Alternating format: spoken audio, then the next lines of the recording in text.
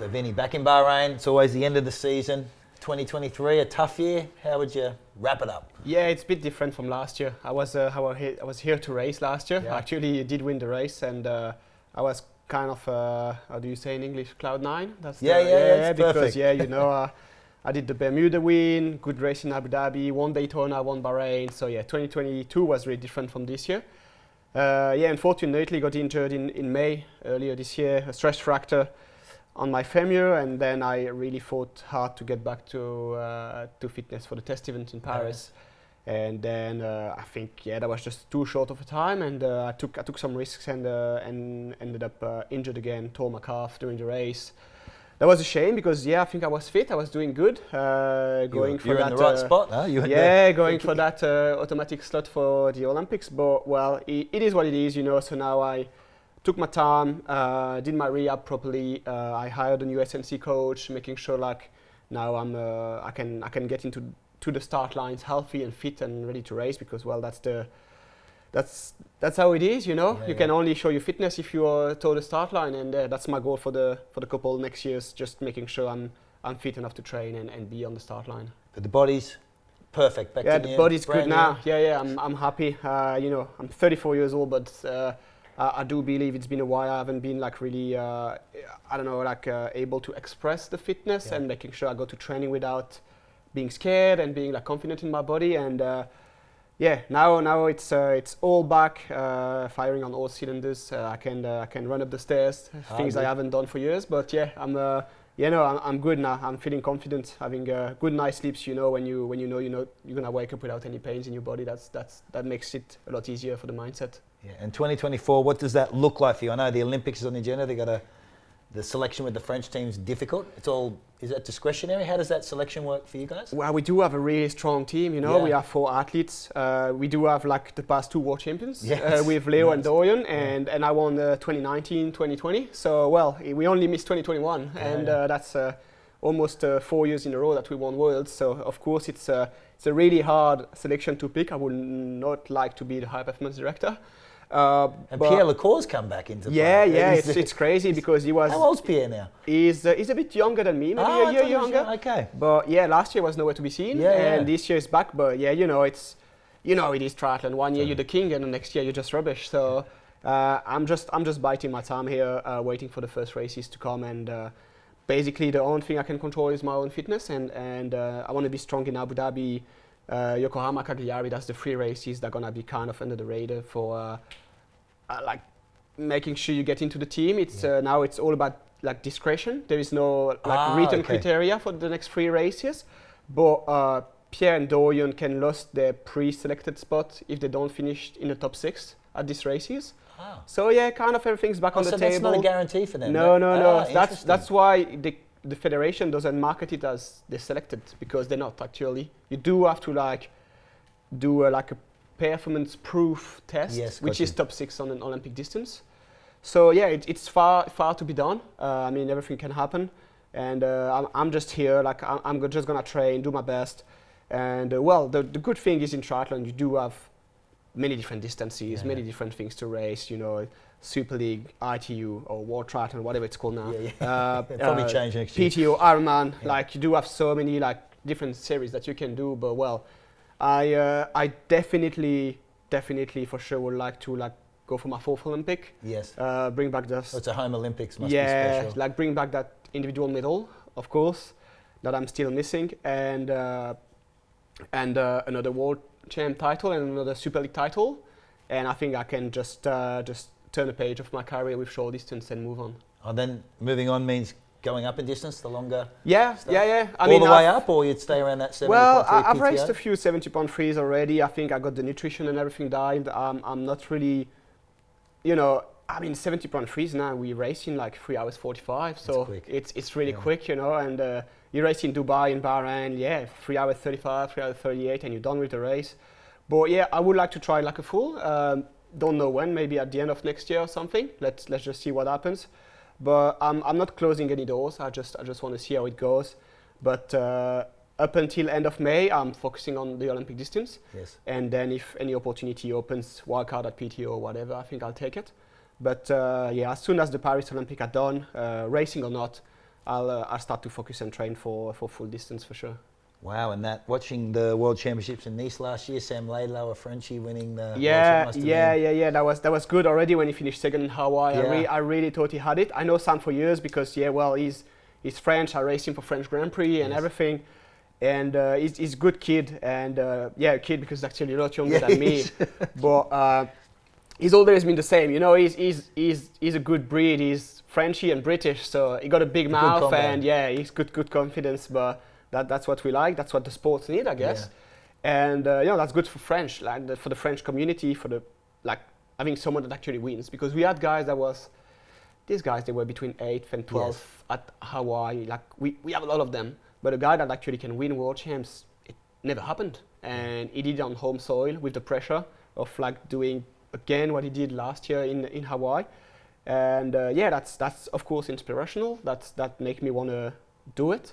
But step by step, you know, I'm not some sort of Norwegians jumping the distances. I'm going back and forth. Yeah, I just want to focus on one thing and making sure I've done everything I could to win that Olympic medals, and if it happens, it happens. If not, there is other challenges. And you know, when I started triathlon, I used to say there is 2 races to win in the world of triathlon. It's the Olympics and Hawaii, and the rest is only for bookshelves. Yeah. Well, looking at Nice, if you had a choice between Hawaii and Nice, would you take Hawaii still? Hawaii, 100%. Even though you're French and Hawaii is Hawaii. You can do whatever. St. George.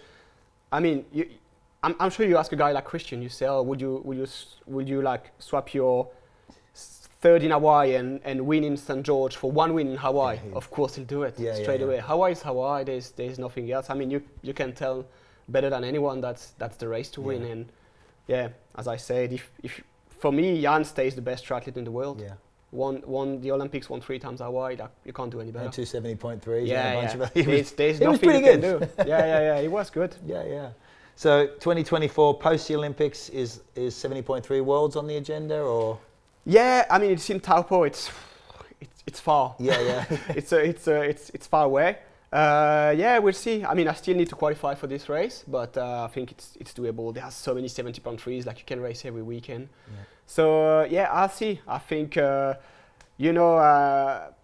this year was a bit dry, so next year I might need to fill the fridge a bit. So PTO is a good way to do it. Oh yeah. But we'll see. It's really competitive. Like these guys are fast now, and I just want to try and learn. Like I want to go to the distance and being humble, because no offense to anyone, but the races I've won before, they were not the highest field quality. So I just want to race these guys, Christian, Gustav, Magnus Ditlev, all these guys up there for 70.3 distance or PTO distance. That's the guys I want to race and see where I stand against them. And that'll be fun.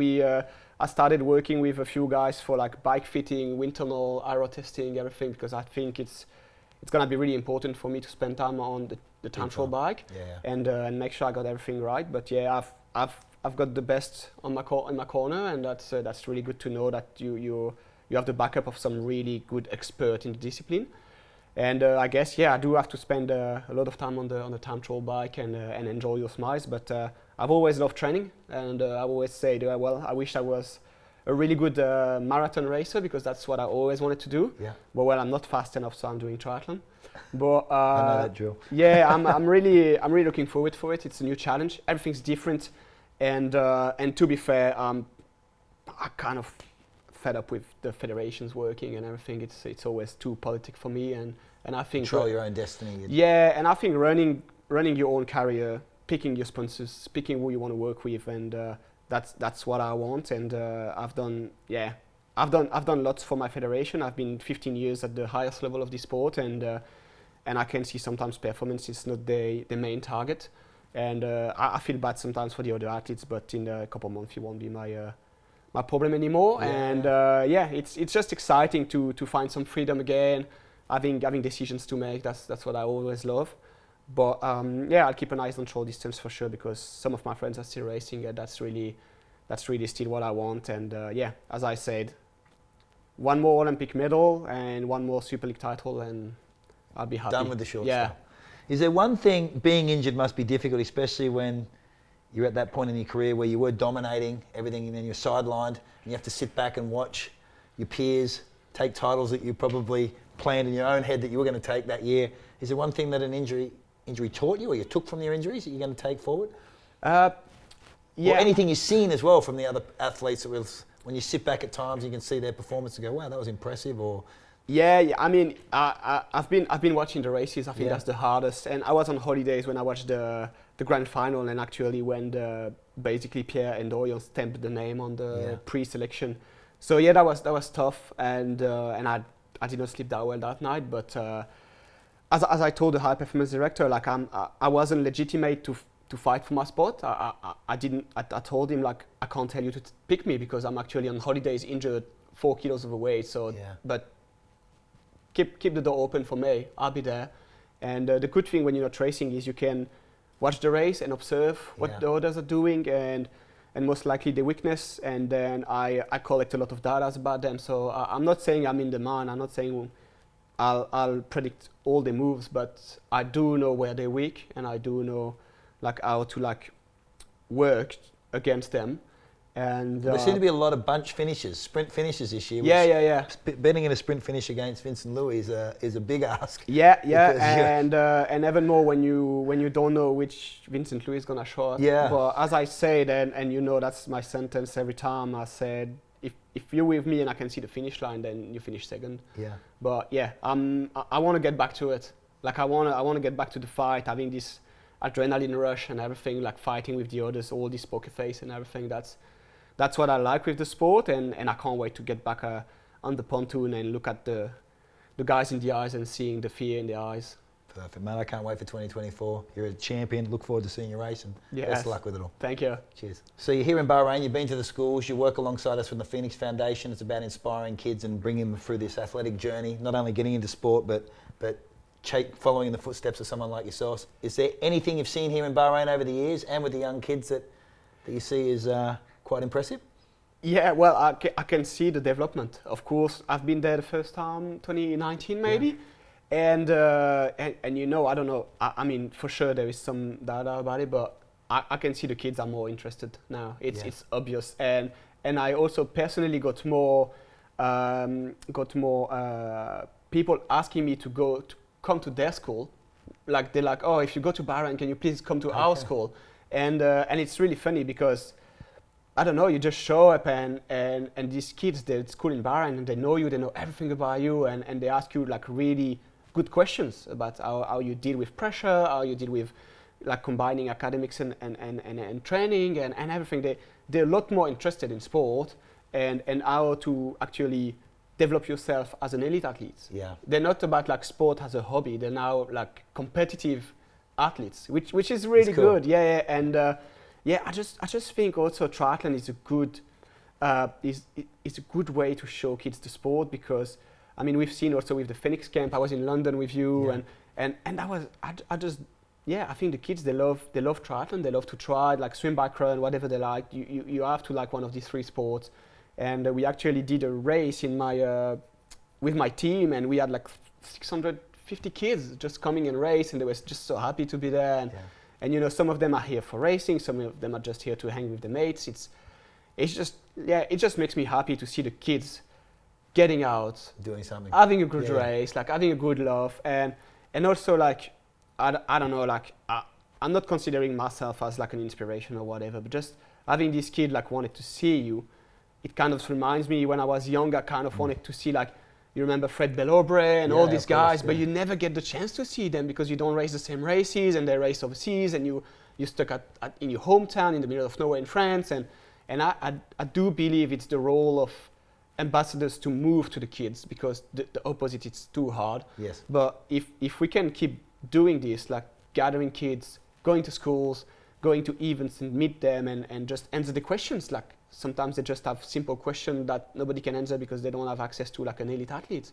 And I do think having both Bahrain and Phoenix giving us the opportunity of doing it, it's really good. I'm really grateful for it, and I hope I can develop it more in the future. We're planning on maybe having a couple races in France for kids, so that could be awesome. Awesome. Done.